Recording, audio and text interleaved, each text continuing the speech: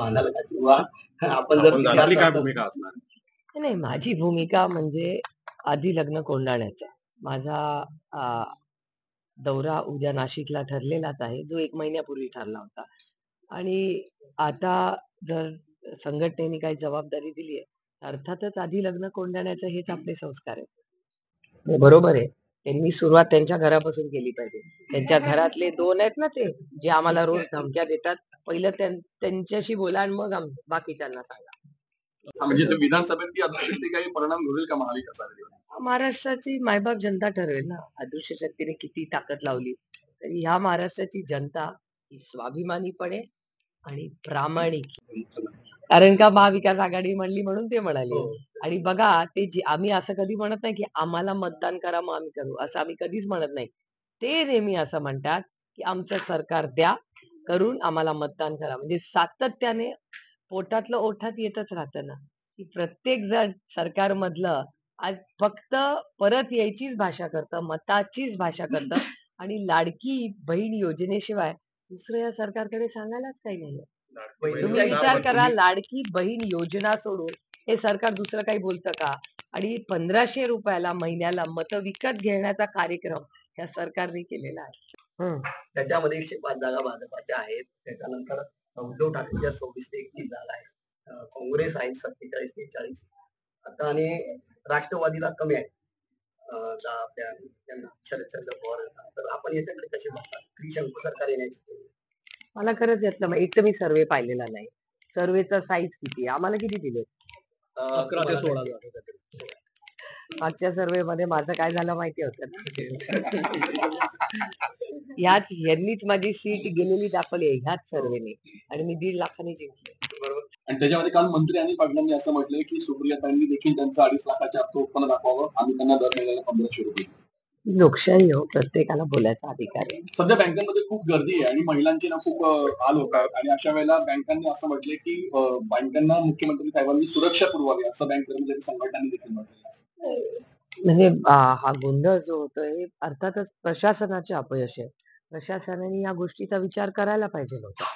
त्यामुळे मिसमॅनेजमेंटचं सरकार आहे, त्याच्यामुळे मला ह्या सरकारकडून फारशा काही अपेक्षा नाहीये. स्वतःच्या स्वार्थासाठी एकत्र झालेलं हे सरकार आहे.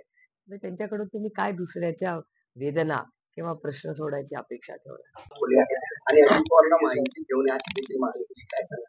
तो महायुतीचा अंतर्गत प्रश्न आहे. काही असं आहे की नितेश राणेंनी रामगिरी महाराजांची पाठराखण केली आहे आणि त्यांनी असं म्हटलं की महाराज आपल्या त्याप्रमाणे त्यांनी सोबत घेण्याचा प्रयत्न केलेला आहे. त्यात वादग्रस्त काय असं त्यांनी म्हटलं. नितेश राणेंच्या आपल्याकडे कसं होतं? मी वाचलेलं नाही, मी ऐकलेलं नाही त्याच्यामुळे. असतं मला अजित पवारांसोबत जावं लागलं. त्यांनी एका कार्यक्रमात शरद पवारांचं खूप भरपूर कौतुक केलं. आपण कसं होतं? एकतर भारतीय जनता पक्षाचे लोक आदरणीय पवार साहेबांचं कौतुक करत असतात, त्याच्यामुळे हा त्यांचा मनाचा मोठेपणा आहे खरं तर. आणि आमचं भाग्य आहे की सगळ्याच पक्षाचे लोक आदरणीय पवार साहेबांबद्दल नेहमी प्रेमाने बोलतात, हे आमचं भाग्य. आणि खूप विनम्रपणे मी सगळ्यांचे आभार मानते. कसं असतं की राजकारणात राजकारण होत राहतं, पण काही वैयक्तिक संबंधही असतात आणि शिंदे कुटुंबाचे आणि आमचे अनेक दशकाचे प्रेमाचे संबंध राहिलेले आहेत. आणि राजेंद्र शिंगणेंनी जे काही स्टेटमेंट केलंय ते आमचे कौटुंबिक संबंध आणि त्यांच्या बँकेची जी काही अडचण होती ती मला अनेक वर्ष ते स्वतः प्रचंड अस्वस्थ होते.